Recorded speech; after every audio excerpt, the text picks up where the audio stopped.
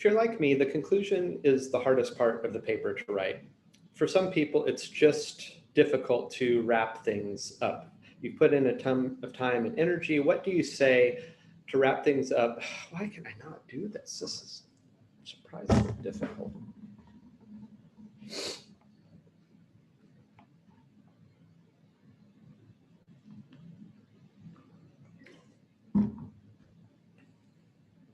If you're like me, the conclusion is the hardest part of the paper to write. As many times as I've done this, conclusions still give me a bit of a difficult time. So if you feel that way, you're definitely not alone. Once you spend all this time and energy writing a good paper, there's a very real question of, so how do I end this well? What do I do to make sure that my reader has a positive takeaway from what I've just talked about? So in this video, we're going to talk through what the conclusion is, and in that conversation, identify some strategies for writing an effective conclusion. And as with other aspects of the paper, this isn't the only way to do it. This is just an exploration of some of the tricks that I've learned teaching this and that I still use myself to finish up my own papers. So once you've written a good introduction and you've gone through all your body paragraphs, step back and ask yourself this question. What are the 2 things that you want your reader to take away? Start with the basics. You've written a good argument. Why does that matter? Ask yourself that, take down some notes, and that's going to help you start to piece together a good concluding paragraph. So an effective conclusion is generally going to talk about 2 things. The first is a reminder of the argument you've just made, and the second is something for your reader to think about. The reminder of the argument is just standard practice. Once you've made a lengthy argument, it may be multiple pages long. It's good to step back and say to your reader, hey, this was my main point, and these are the key reasons for that main point. And then you want your reader to have something else to think about other than your argument's summary. The good news is if you've written a good thesis statement, you already have your summary in place. A thesis statement structures the whole paper. If you want to review the thesis, or if you haven't watched the thesis statement video in this class yet, I encourage you to do that, so that you understand why this sentence can help you out with a good conclusion. So let's review the thesis formula briefly. I believe X because A, B, and C. That X is the position of your paper. That's the overall claim that you develop, and the A, the B, and the C are the key reasons for that position. If you have that thesis statement in place to write a good concluding summary of your argument, just reverse those 2 pieces. Because of A, B, and C, X is true. So let's say that I'm talking about Romeo and Juliet, and I say, love is the defining characteristic of human nature in Shakespeare's play Romeo and Juliet, because love affects all relationships. Well, in our conclusion, we might reverse that and say this. As we've seen in an analysis of love in Romeo and Juliet, love impacts every relationship, and therefore Shakespeare's claim that love is the foundation of human nature is proven true. All I did was reverse the 2 things. I put my reasons for my key position first, and then I state that key position. It's just a mirror of that thesis statement. So again, a good thesis statement will not only help structure your paper, it's the stepping off point for summarizing your argument in your conclusion. If you're not sure how to start the conclusion, start with that summary. That's always something you can do. Remind your reader what your main point was and what the key reasons for that point are. And then you can get on to a concluding thought. Of course, you don't have to start your conclusion with a summary of your argument. There's different ways you can organize the information in your conclusion. But again, if you're feeling stuck, this is an effective way to get yourself unstuck. And after you have that summary in place, the question I always ask my students and I ask myself, so what? Why does this argument matter? And step back and think about that and write down some notes that you answer to yourself when you pose that question in your own mind, because that's the first indication for providing that second piece of an effective conclusion. After your argument has been summarized, so what? Why did that argument matter? The answer to that question is the basis for your concluding remarks, and that is the basis for writing a good conclusion in your essay. And remember, you don't have to solve every problem of the world. You don't have to come up with a quote that will be memorable for years and years. All you want to do is leave your reader thinking that your argument was worth reading. You want your reader to say, oh, that argument was important because of this or that and the other. Again, focus on being effective. Don't try to be overly grandiose in this process. Just leave your reader with a sense that your paper was worth reading.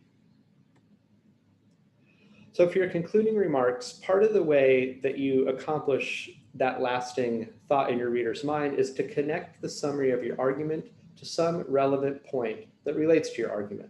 Step beyond what you've just talked about. In our example with Love and Romeo and Juliet, you might say something about, in the digital world, this is worth remembering because too often our relationships are fracturing. If we can remember that love is the foundation of any good relationship, we can start to repair some of the damage that our obsession with social media has caused. Okay, I just made that up off the top of my head, but what did I do? I took my argument for Romeo and Juliet, a play written hundreds of years ago, and I connected it to something in this day and age. And that connection was legitimate because it was based on a common point of information from the summary of my argument and something else outside of that argument.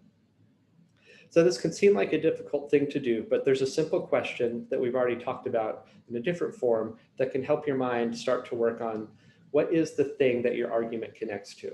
And that's to ask yourself, why does your argument matter? So what, as we talked about just a second ago? What is the implication of the argument you've just made that can extend to some other aspect of our lives? And maybe you need to brainstorm about that question for a few minutes or 30 minutes, however long it takes, write down some ideas, and that will start to build out these connections or possible connections and ultimately lead you to a good conclusion. Again, if you're feeling stuck, think about the X from your thesis. Don't even start with that question, why does this matter? Think about different elements of our world today that your thesis might relate to. Write a list down and then look at that list and start to ask yourselves those questions again and see what elements in your list also map to the question's answer in your own mind. Okay, this, again, it's not a clear way that this is always going to work, but this will take some brainstorming and you have to be a bit creative or thoughtful in thinking through what are possible ways to connect my argument to something outside of itself. If you need some specific strategies, here are 3 that I have used myself and I always encourage my students to use. Again, if you're feeling stuck, these are effective ways to get yourself unstuck. They're not the only ways to get yourself unstuck, but they will get the job done. Step 1 is to end with a compelling quote.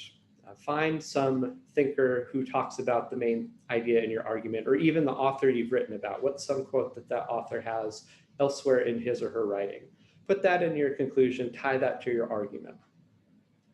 Though I generally discourage students from posing questions in their papers, the conclusion is a good way, or a good place rather, to do that. Because there, again, you want your reader to think. So pose a question to your reader. I've just given you this argument. What do you think about it? That's an effective way of engaging with your reader and getting your reader to think about what you've just done. And then the final thing I can offer is a bit of a way to finish up your paper if you're feeling stuck, is that imagine you're explaining your paper to a friend. You summarize your argument, you highlight your key pieces of information, and then you want to tell your friend, well, this is how the main idea from my paper might be helpful in your life. Think of it as advice. What advice can you draw out of the argument you've just developed and provide to a friend or a family member? Again, these are just different ways for you to start to connect the argument to some other thought or some lasting impression in your reader's mind. You want your reader to go away thinking about what you've just said.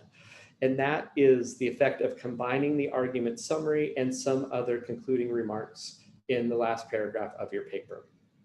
So I hope this was helpful. Again, conclusions can be tricky. As I mentioned, these are the hardest part of the paper writing process for me.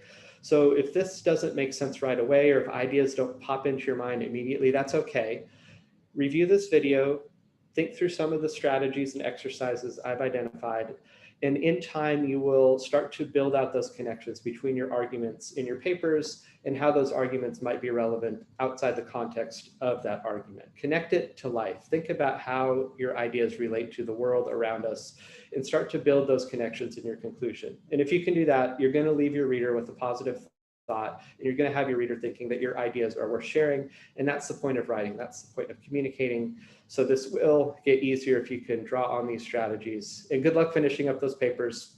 If you have other questions about different aspects of the paper, I encourage you to poke around the rest of this course. There's lots here, but good luck finishing up, and thanks for sticking through the conclusion of this slide.